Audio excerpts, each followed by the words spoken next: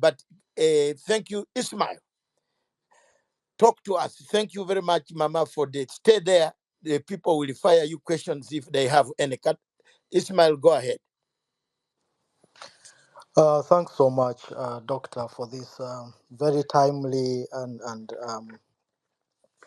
important discussion regarding our president's legacy. And thanks to all that have managed this evening to be with us. And happy birthday to President Yoweri Museveni. We wish him good life, health, and to keep doing what he does best. You've really given us a good historical perspective of what happened in the 70s, in the 80s, and how we ended up where we are today. But what people keep forgetting, and sometimes as a patriot myself, I feel that every country should be looked at holistically in terms of its history. Everything that happens and where we are today, we are guided by our history.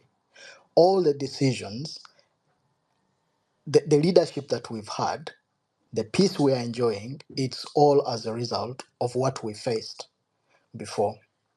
Now, I'll not get into the history of what my president has done and how he got us where we are today, but I will mainly focus on the patriotic part of it and also to give some kind of a way forward, like to have hope that what he has done is not in vain and that he very well knows how he wants the country to be.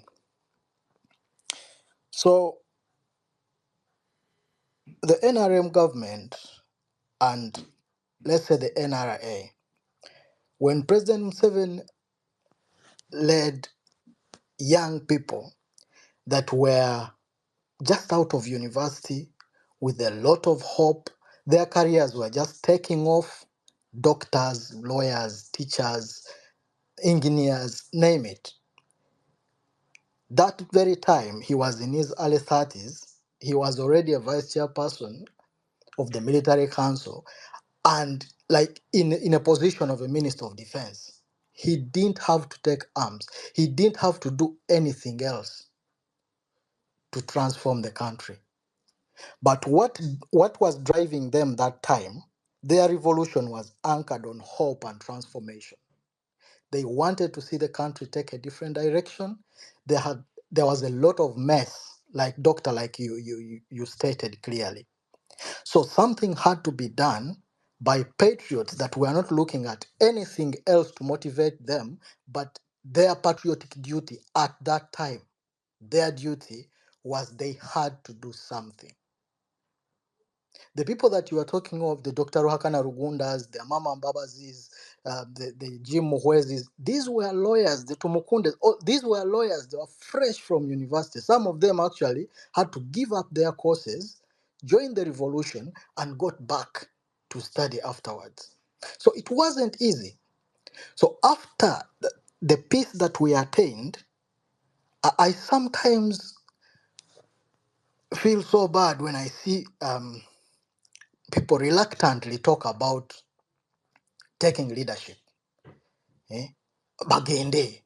I mean, there are some things that you have got to put into perspective. Look at where we have come from. Look at the strides that we have made.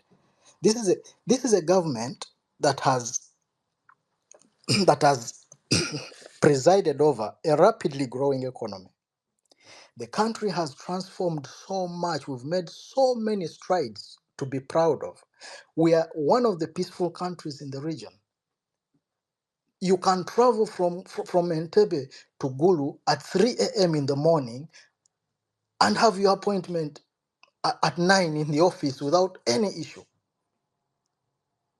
There are countries around us where you can't do business easily because peace has failed. So when we are talking about the legacy of our president, we do not just have to look at what we see today. Let us flash back to the sacrifices that these people had to make to put the country where it is today. For me, that's how I look at it, is that they didn't have to, because they were professionals. They had just graduated, and some of them were already working in government. He came into office, like when he took over power, he came in with incredible skill and tenacity. He never believed in big government. He wanted to transform the government, the country so fast that he ushered in policies that were, some of them were unpopular at that time, but he had a plan. And that plan has worked to where we are today. So their patriotic duty that time was that they had to do something. He has done it. We are proud of it. And at 8 years, still very, very on top of affairs, we should be proud. And he's a human being. As human beings, we are naturally fallible. You can never expect someone to get everything right. Even the countries that we look up to, the UK, US, Canada, where they have policy fiascos, they have policies that totally fail, yet they have everything. They have the resources. So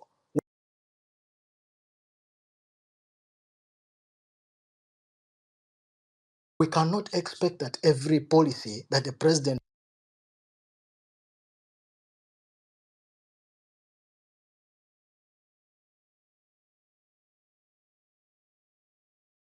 put his mind on had to come to fruition, that it had to be right. But he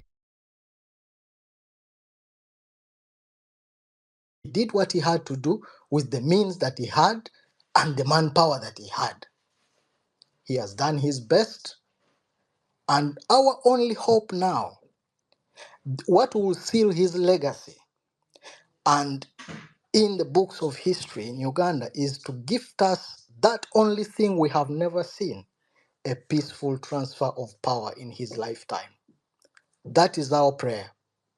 We know he can do it. He's got the brains to do it. He knows how this can be achieved. And all we have to do is to trust in his steady leadership. I'll not say much about the politics, but our patriotic duty now, because like I was on the space yesterday, the one you were referring to, Dr. Matanga, they were talking about every generation having a patriotic duty.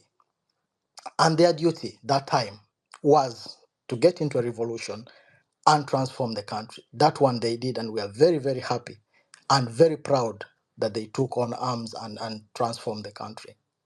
Our patriotic duty now is to do everything we can within our power, even if it just means to talk to the president, to gift us a peaceful transfer of power, oversee it himself. The country will not move back once we achieve that step, because it's something that we have never achieved before. Someone has always come in with a gun and taken out by a gun. I'm sure with global transformation, we've gone past that. We've achieved so much to get back into that dark stage. There's a lot that we can do. And if I know of any master of statecraft, the greatest diplomat in the region, that's President Yoweri Museveni. If he can do that in countries outside, other countries around us, globally, I'm sure he has got a plan for Uganda. And we are looking forward to that. Thanks so much, Doctor. Thank you very much, my dear brother Ismail.